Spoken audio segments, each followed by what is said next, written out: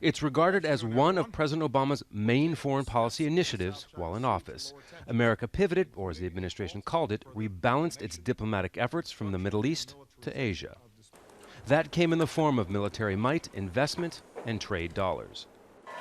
But with Donald Trump's election victory, America's pivot might be coming to an end, or at least will take on a new form. The president-elect had been very vocal against major trade deals, and especially the Trans-Pacific Partnership, or TPP. It would have been the world's largest. Trump called it a disaster. Some feel that the transition in American leadership is an opportunity for China. It's going to be a space for China to, have a lot of cards on its foreign policy, whether that's economic assistance and probably military force as well, especially when we have a problem in the South China Sea.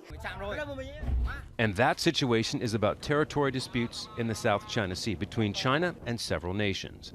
There are growing concerns that they could spark military confrontation. Trump has said that major allies in the region, Japan and South Korea, need to start paying for American military protection, even though they already contribute billions of dollars each year. No country in Asia really wants to turn toward China. The danger is if anxiety grows in that part of the world because they do not believe that they can trust, because countries there do not believe that they can trust the United States to maintain peace and security and stability the way the U.S. has done for 70 years, then those countries are going to look for other relationships. And here at the APEC summit in Peru, it's all about the relationships. The leaders will look to get face time with outgoing President Barack Obama, but they'll be focused on Donald Trump when they go back to their home countries after the weekend.